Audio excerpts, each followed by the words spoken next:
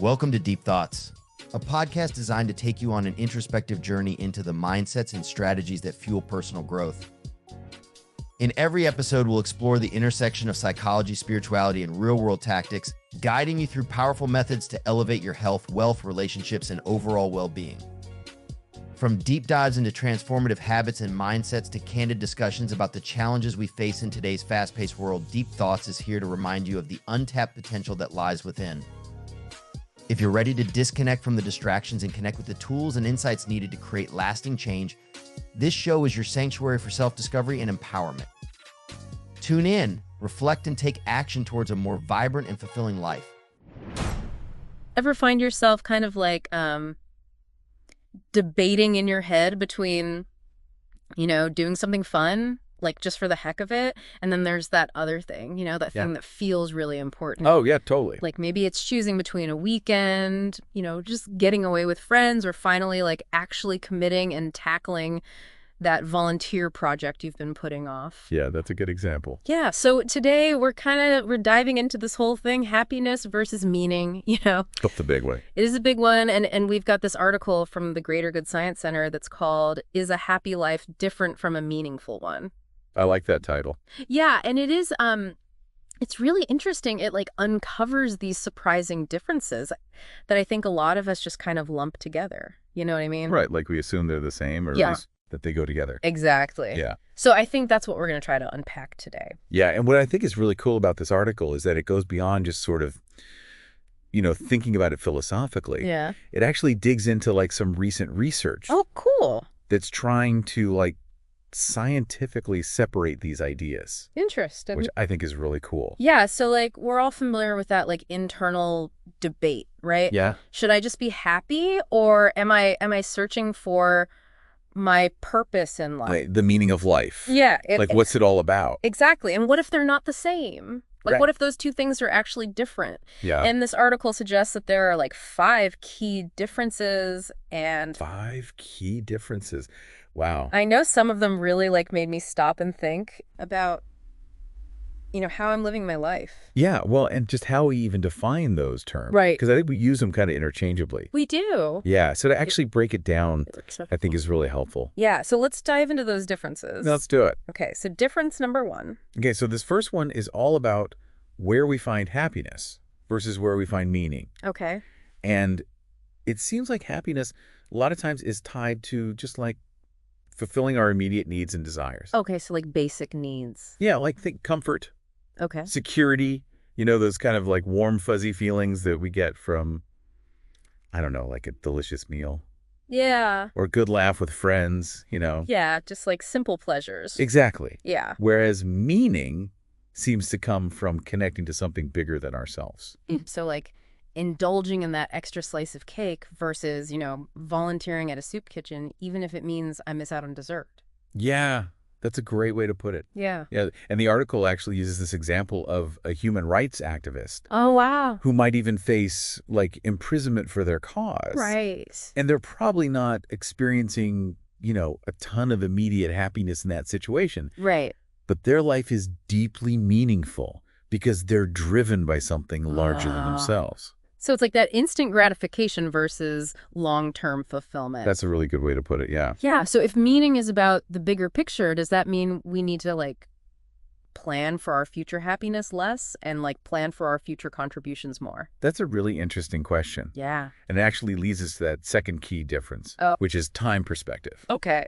So happiness tends to be very much focused on the present moment, Okay. right? Savoring that slice of cake right now. Yeah, I like cake. Me too. It's a good example. Whereas meaning takes a much longer view. Okay.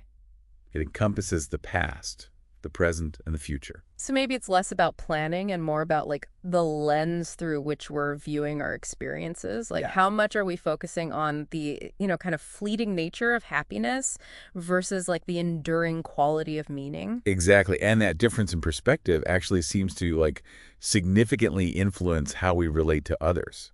Okay. Which is the third distinction the article explores. And this is the part that really surprised me. Oh, right. The giving and taking thing. Yes. I have to admit, this one threw me for a loop a little bit. Yeah. Tell me more about that. Well, just like on the surface, it seems so counterintuitive, but tell us more about what the research found. Yeah, so they actually found that while giving to others is really strongly associated with a meaningful life, Okay. it's not always a direct path to happiness, at least not immediately. Okay. Um, on the flip side, taking is linked to happiness, Okay. but not necessarily to a sense of meaning. So wait, if I'm understanding this correctly, the research actually found that people who focus more on taking are actually happier than those who focus more on giving. It seems counterintuitive, right? It does. But it Yeah. really speaks to this complex interplay between these emotions. Yeah. I need a minute to process that one. It's a tough one. It is. And it gets even more interesting when we consider the fourth point the article makes, which Yeah. is the role of challenge in a meaningful life. So you're saying like struggling for something bigger than ourselves can actually lead to like a deeper sense of purpose? It seems that way, yeah. Even if it means sacrificing some of that like immediate happiness, you know? Right, and that's what's so interesting about this research is that it does suggest that meaningful lives often involve more stress and challenges than those that are just solely focused on happiness. Interesting. Like stepping outside your comfort zone, taking risks for something you believe in. These things, while not always fun in the moment, Right. can lead to a really profound sense of purpose. It's like that saying, no pain, no gain, right? Exactly. Sometimes those difficult climbs lead to the best views. I like that. Yeah. So we've got giving, we've Yeah. got challenges. What's that fifth difference that the article highlights? So what brings us to self-expression, and this is a big one, Okay. because expressing your true self, whether it's through art activism or even just like living authentically, Yeah. seems to be like a key ingredient in building a meaningful life. Okay. And this is where things get really nuanced, because the research suggests that this drive for self-expression doesn't necessarily correlate with an increase in happiness. So you could pour your heart into like a painting Right. that brings you immense satisfaction and a deep sense of purpose, but it might not necessarily make you feel happy in the same way that like a relaxing day at the beach would. Exactly. Okay. And that brings us to, I think, like a really important point of contention among researchers, Okay. which is, are we even talking about happiness in the right way? So it's like we're questioning the very definition of happiness. Yes.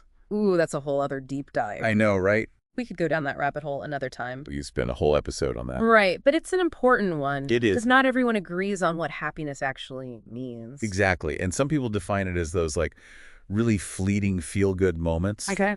while others see it as this like broader sense of like life satisfaction. So is it about that momentary joy of that first bite of cake? Or is it the overall contentment we feel when we reflect on like a life well lived? That's a great way to put it. Yeah. And the article actually highlights this researcher, Sonja Lyubomirsky, Okay. who argues that maybe we can't completely separate meaning from happiness after all.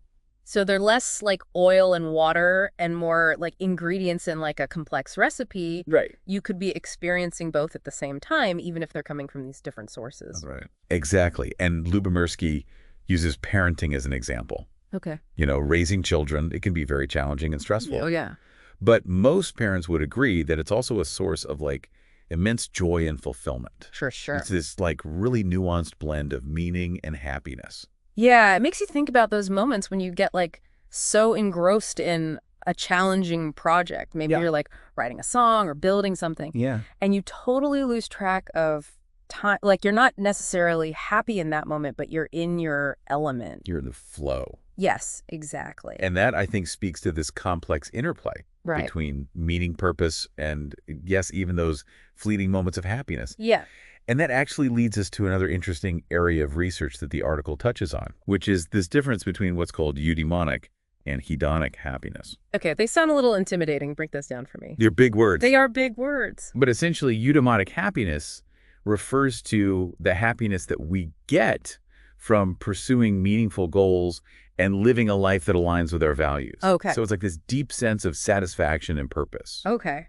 Whereas hedonic happiness is much more about like experiencing pleasure and enjoyment in the moment. So eudaimonic is more about that long-term fulfillment of like knowing you're living in alignment with your values, while hedonic is about enjoying like the simple pleasures of life as they happen. Yeah. So like eudaimonic happiness is finishing that marathon you trained for, and hedonic happiness is enjoying a cold drink after the race. Yes. That's a great way to put it. Okay, cool. And the article actually highlights a study that found that people who reported higher levels of eudaimonic happiness, meaning they found a lot of joy in pursuing these meaningful goals, actually had stronger immune systems. Wow. So like finding your purpose and pursuing your passions might actually have these protective benefits for your health. Isn't that interesting? That's fascinating. Yeah, it's a fascinating area of study. But it's important to note that not everyone agrees with this distinction between eudaimonic and hedonic happiness. Okay. And the article actually presents another researcher, Elizabeth Dunn, Okay. who challenges this idea. Okay. Dunn believes that in reality, these two types of happiness are so intertwined Okay. that it's almost impossible to separate them. So it's less about like picking a side, Right. eudaimonic versus hedonic, and more about just recognizing that both probably play a role. Exactly, like finding that sweet spot Yeah. where you're pursuing your passions and you're connecting with something bigger than yourself, Yeah. but you're also like taking time to smell the roses Yes. and enjoy those moments of joy along the way. This has been so thought-provoking. It's a lot to think about. It is a lot to think about. Yeah. But it seems like in the quest for like, a fulfilling life, maybe the real takeaway is that it's less about like achieving some perfect balance between happiness and meaning and more about just like understanding how those concepts actually like show up in our own lives. I think that's a really good point. And I think, the research is fascinating. Yeah. But ultimately, like, you are the best guide for your own life. So if a listener were to walk away from this deep dive with like one key insight, what would you want that to be? I think the most important thing is to really like reflect on what activities, what pursuits bring meaning and purpose to your life. Okay. And it's not about forcing yourself to be happy, or chasing some like abstract idea of meaning. Right. It's really about identifying what truly resonates Yeah. with you as an individual. Yeah. What makes you feel alive and engaged with the world around you. And maybe letting go of the pressure to like fit everything neatly into those boxes. Exactly. Happy or meaningful. Like if something brings you joy, awesome. Yeah. If it fuels your sense of purpose, even better. Embrace the complexity. I love it. Right. Well, this has been such an eye-opening conversation. But before we wrap up, I want to leave our listeners with one final thought. If you could dedicate your life to something deeply meaningful, something that like set your soul on fire, even if it meant, facing your fears, pushing beyond your comfort zone, what would it be? Wow. What legacy do you want to leave on the world? That's a powerful question and one worth pondering, I think. It is. Thank you so much for taking this deep dive with us. This was fun. Thank you. And to our listeners, we'd love to hear your thoughts, share your reflections, your insights, and maybe even some of those soul-stirring aspirations in the comments below. Until next time, keep exploring, keep questioning, and keep diving deep into the mysteries of life. Thank you for tuning in to this episode of the Deep Thoughts Podcast. I hope you found insights and inspiration to take with you on your journey of self-growth. If you enjoyed the show, be sure to hit the subscribe button so you never miss an episode. And don't forget to follow us on social media to stay updated on new releases and exclusive content. See you next time, where we'll continue to help you grow and explore your full potential.